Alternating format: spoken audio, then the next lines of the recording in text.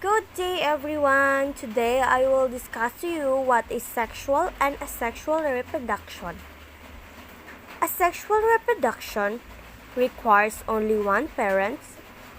Offspring have 100% the same chromosomes as the parent.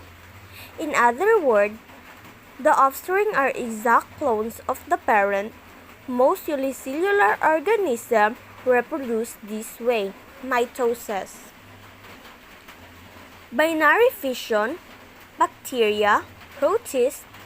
Binary fission is a form of asexual reproduction where every organelle is copied and the same organism divides in two. Budding, hydra. Budding is a means of asexual reproduction whereby a new individual develops from an outgrowth of a parent, split off, and live independently.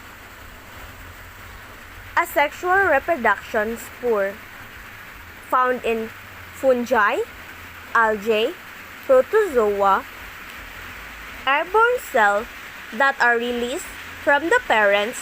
They are enclosed and develop when the environment is appropriate. Regeneration.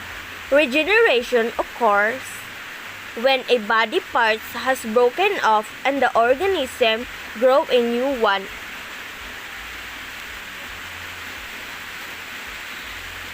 Fragmentation.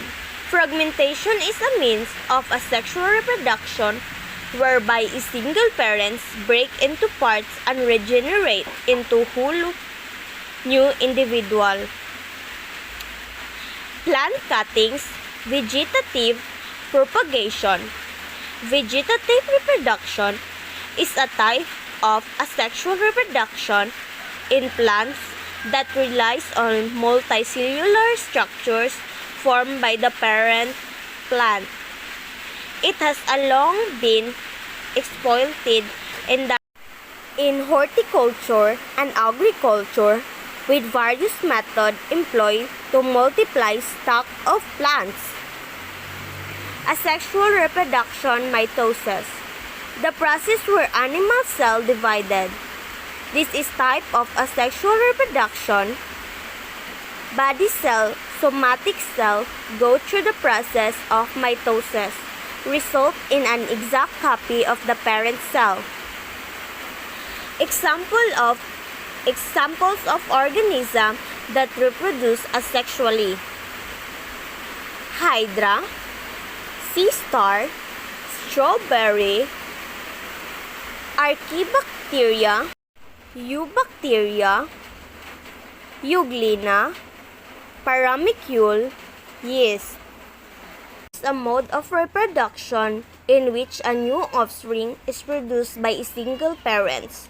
The new individual produces genetically and physically identically to each other. They are the clones of their parents. Asexual reproduction is obsessed in both multicellular organisms.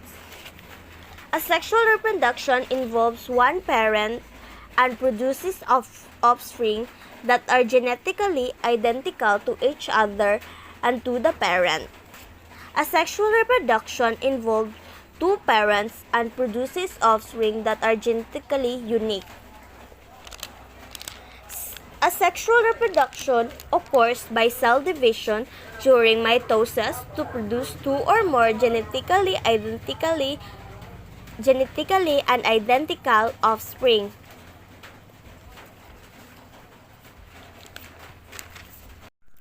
Asexual reproduction. Asexual reproduction, it is the creation of a new organism from a single or one parent and does not involve combination of gametes or sex cells.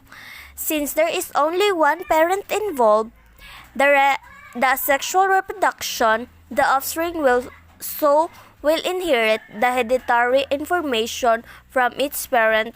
Thus, the offspring is exactly the same as the parents. Compared the appearances of the offspring to their parents.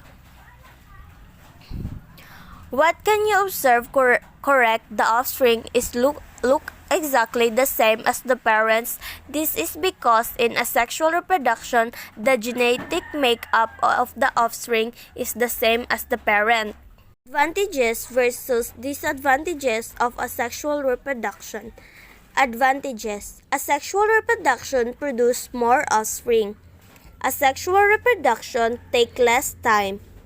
Only one parent involved, no searching for mates. Requires less energy. The organism does not need to search for a partner. It requires less energy since no mating is needed. It takes only a short period of time. Produces many offspring at one productive cycle. Disadvantages. Some DNA being passed down, no genetic variation in the offspring. If parent has genetic disease, offspring will have it too. No variation in the genetic makeup of the offspring. The offspring inherit the weaknesses of the parents. For instance, if the parents carries the disease or prone certain diseases, then the offspring can be so acceptable to that disease. Some types of asexual reproduction include fission, budding, spore formation, fragmentation, regeneration, and vegetative. Sexual reproduction.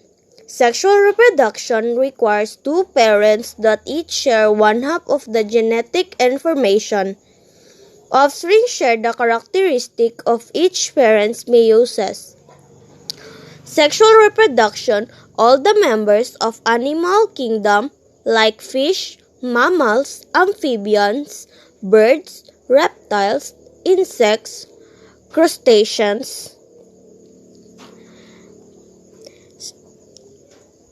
Sexual reproduction. Plant kingdom.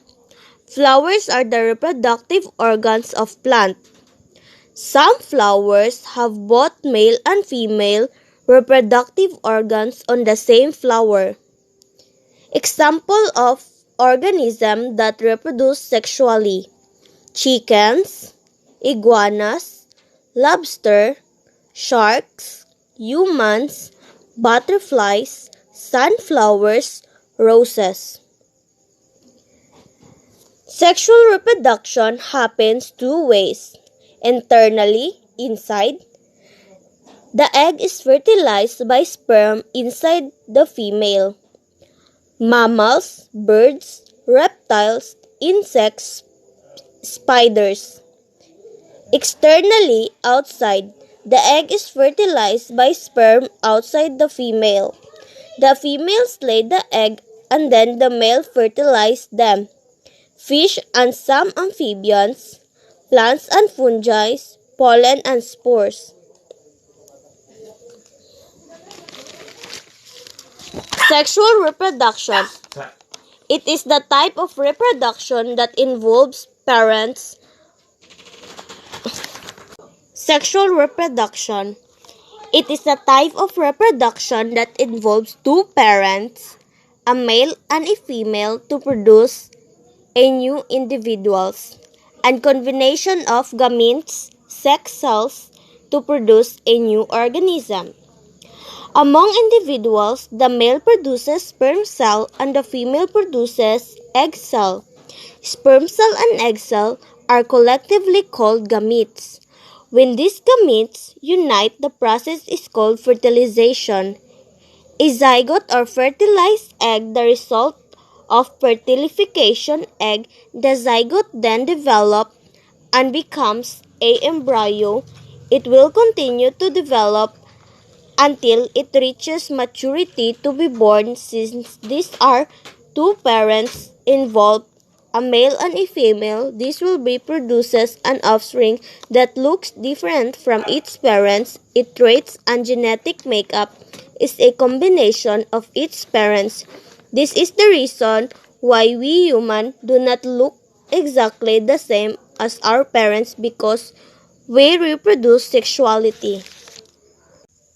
Advantages and disadvantages of sexual reproduction. Advantages. Variation in offspring organism is more protected because of genetic variation. It creates variation on the genetic makeup of the offspring. This variation enables the offspring to adapt successfully the changing environment. Disadvantages: requires two organisms, must find a mate, requires more cellular energy, more time required for offspring development. It requires looking for a partner. It also requires more energy. The rate of reproduction is slower.